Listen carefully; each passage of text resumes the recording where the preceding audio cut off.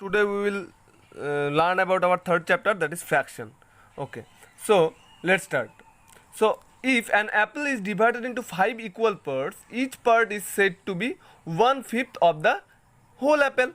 Okay, so if you consider one example, you have one apple, okay, and you need to divide it equally among 3 students. So each of the students will get 1/3 of the apple.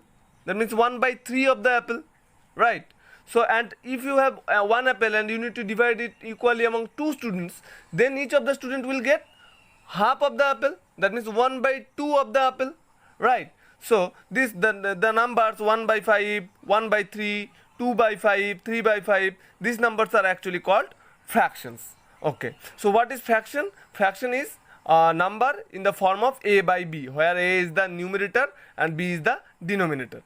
So we can say that the fraction consists of one numerator and one denominator. So fraction is equals to numerator by denominator. Okay, so the definition of fraction is like that: a fraction is a number which can be expressed in the form of a by b, where a and b both are whole numbers. Okay, and one condition is that denominator is not equal to 0. Okay, because we know that if the denominator is 0, then ultimately the number will be not defined, is not it? That means any number divided by 0 is not defined. So the condition is that for all the fractions, the denominator is not equal to 0. Okay, now classification of fractions. We can classify the fractions into 5 categories. One is decimal fraction, one is vulgar fraction, one is proper fraction, one is improper fraction, and another one is mixed fraction. So what is decimal fraction? The fractions which has denominator 10 or higher power of 10, like 100, 1000, okay, they are actually decimal fractions. So 1/10, 3/100, 15/1000, 8/10 to the power 5, okay, they all are decimal fractions because the denominator is 10 or higher power of 10, is not it? Okay, so second one is vulgar fraction.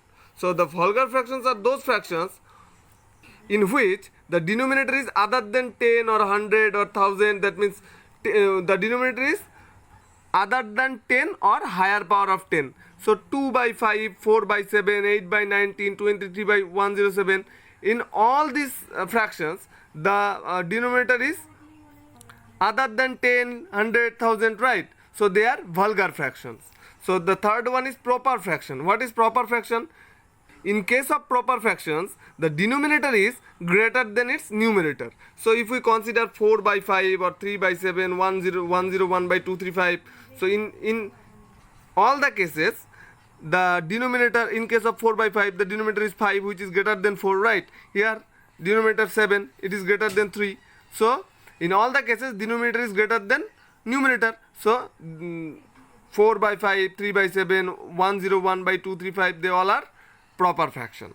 Okay, so now the fourth one is improper fraction.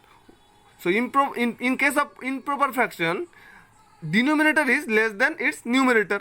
So if we consider 7/5, 18/13, 181/60, in all the cases the denominator is less than the numerator. So that means 7/5, 18/13, 181/60, they all are improper fractions. Okay, now the fifth one is mixed fraction. So mixed fractions consists of an integer and a proper fraction. So if we consider 2 and 5/7, 1 and 3/5, 10 and 1/9, so in all the cases 2, 1, 10, they all are integers, and 5/7, 3/5, 1/9, they all are proper fractions. So we can say that the mixed fractions consists of one integer and a proper fraction. Okay, so if the numerator is equal to the denominator, then the fraction is equals to unity, that means 1. We know that 4/4, that means 4 divided by 4 is 1, -3 divided by -3, 1. So if the numerator and denominator is same, then the fraction is equal to 1. We know that. Okay, so now if the denominator of a fraction can be expressed as 10 or as some higher power of 10, it is a decimal fraction. We know that. So if we consider 7/20, then we can write it like 7 into 5/20 into 5, right? Because 7 into 5/20 into 5 and 7/20 is same thing, is not it? So 5 and 5 will cancel out each other, so ultimately 7/20. So 7/20 and 7.5, 7 into 5/20 into 5, same thing. So 7 into 5 into 20 into 5 means 35 by 100. So we know that here the denominator is 100, is not it? So it is a decimal fraction. Okay. So in case of 81 by 500 also, we can express it. That means we can express the denominator of it as some higher power of 10, like 81 by 500. If we multiply both the numerator and denominator with 2, then we will get 162 by 1000. So it is also a decimal fraction. Okay. So now we will solve the example. Okay. So example 1. So convert 3 and 2 by 7 into improper fraction. Okay. So if we want to convert a mixed fraction into improper fraction, then we know that a mixed fraction is equals to actually the product of the integer part and denominator plus numerator by denominator. It is the formula. Integer, that means here 3 into 7 is the denominator. So integer into denominator plus numerator by denominator. So here applying the formula, we will get 3 and 2 by 7 is 3 into 7 plus 2 by 7, because 3 is the integer, 7 is the denominator, plus 2 is the numerator, by denominator means 7. So 23 by 7 will be the answer. Okay. Why it is improper? Because we know that the numerator is greater than numerator, the numerator is greater than denominator here. So it is an improper fraction. Okay. So now second question is 2 and 5 by 8. We need to convert it into improper fraction. So we know that here the numerator integer part is 2. So 2 into denominator 8 plus numerator 5 by denominator 8. So 16 plus 5 by 8 equals to 21 by 8 is the answer. So now another one is that we need to convert these improper fractions into mixed fractions. Okay. So if we want to convert this improper fraction 11 by 4 into mixed fraction, then we need to divide 11 by 4. Okay. So if we divide 11 by 4, then we have the remainder 3, is not it? So here 4 to the 8 and the remainder is 3. So the answer will be 2 plus the remainder by divisor, that means 3 by 4. So 2 plus 3 by 4 will be 2 and 3 by 4. Okay. So this will be the so 2 and 3 by 4 is in the form of mixed fraction, right?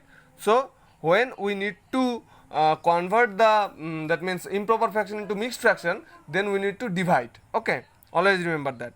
So 19 by 5, so we need to divide 19 by 5. So here 5 3s are 15, so 4 will be the remainder. So the answer will be 3 plus 4, that means remainder by divisor. So 4 by 5, so 3 and 4 by 5 will be the answer. Okay. And we also know that if we divide or multiply the numerator and denominator of a fraction with same number, then we will get, that means same non-zero number, is not it? Suppose if we want to divide 5 by 8, that means if we multiply 5 and 8, both the numerator and denominator with 2, then we will get 5 into 2 by 8 into 2, that means 10 by 16. So 5 by 8 is almost equal to 10 by 16, is not it? That means 5 by 8 is equal to 10 by 16.